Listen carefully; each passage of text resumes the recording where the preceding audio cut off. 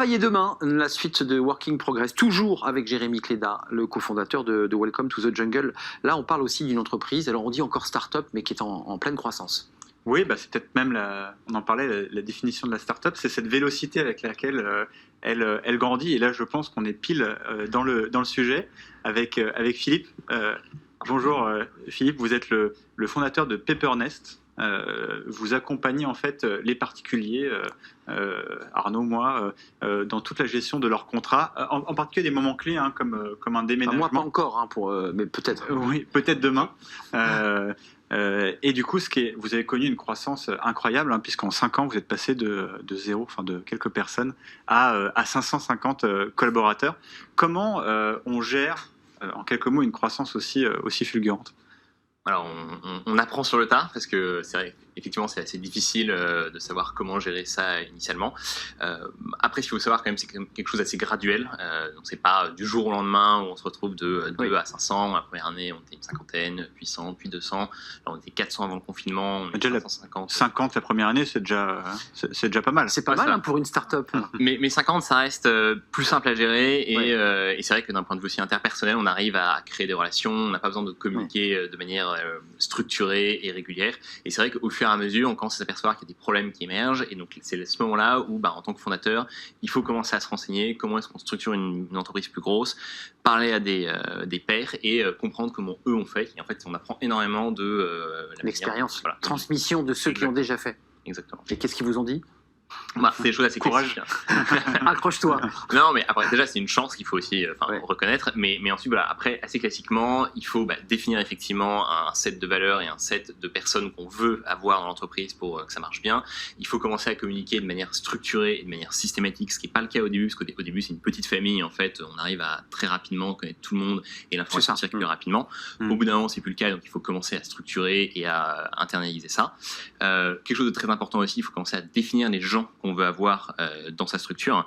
Et donc ça, généralement, on le fait au tout début, mais là, il faut commencer à l'expliciter. Il faut commencer aussi à former les managers qui eux-mêmes vont le faire.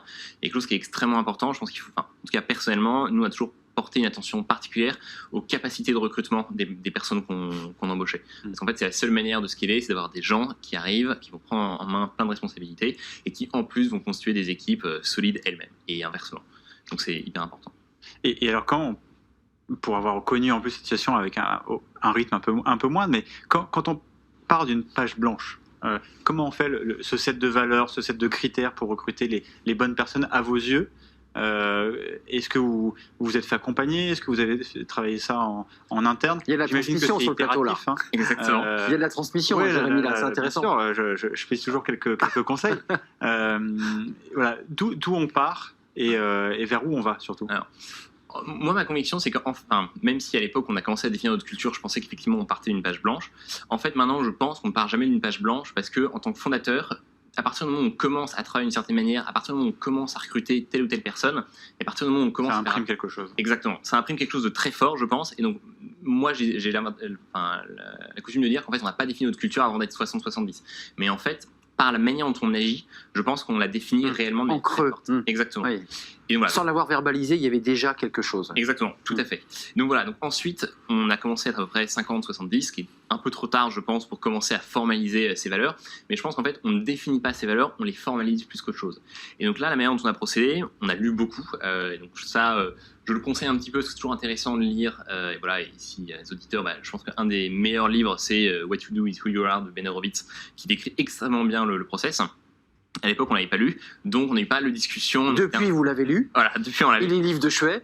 Exactement. Donc, on commence à définir un peu la culture, et là, je pense qu'il y a 3 facteurs clés. C'est qu'est-ce qu'on est réellement, parce que ça ne sert à rien de définir une culture qui n'est pas incarnée ni incarnable par les fondateurs, parce que pour le meilleur ou pour le pire, les fondateurs vont devoir incarner cette culture et emporter les valeurs.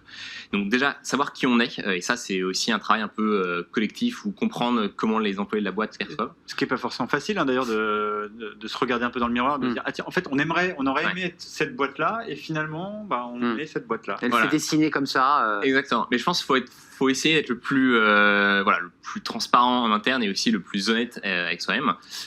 Ensuite, je pense qu'il faut aussi savoir quelle est sa stratégie. Et ça, je pense, c'est très important, et c'est quelque chose que je trouve est assez peu évoqué sur la culture.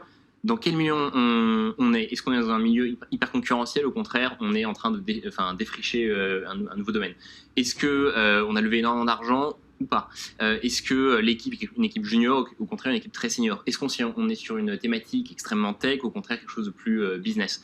Donc en fait, il y a énormément de positionnement, la mission, la vision de l'entreprise et la stratégie, selon moi, doivent driver énormément les valeurs qu'on va influer. Ouais. C'est assez rare ce que vous dites, parce que souvent dans ces sujets de culture et de croissance, on se dit tout vient de nous, et après on va l'exposer au monde. Donc là, ce que vous dites aussi, c'est qu'il y a des facteurs un peu exogènes qui vont impulser et qui vont formater en quelque sorte le... Exactement. Bah, en fait, ce qu'on lit souvent, c'est... Vous, par exemple, concrètement, qu'est-ce que ça... Oui, nous, typiquement, on est une start-up et on veut croître fortement. On a une de nos valeurs, c'est l'ambition. Alors, c'est hyper classique en start-up, mais après, c'est plus ou moins incarné. Voilà, donc, ça voulait dire aussi qu'on allait recruter des gens qui voulaient réinventer tout ce qui avait été fait, qui étaient prêts à mettre les mains dans le cambouis, qui étaient prêts à se donner à 100%. Et voilà, et ça, c'est typiquement une valeur qui s'incarne dans le recrutement. Et c'est hyper important.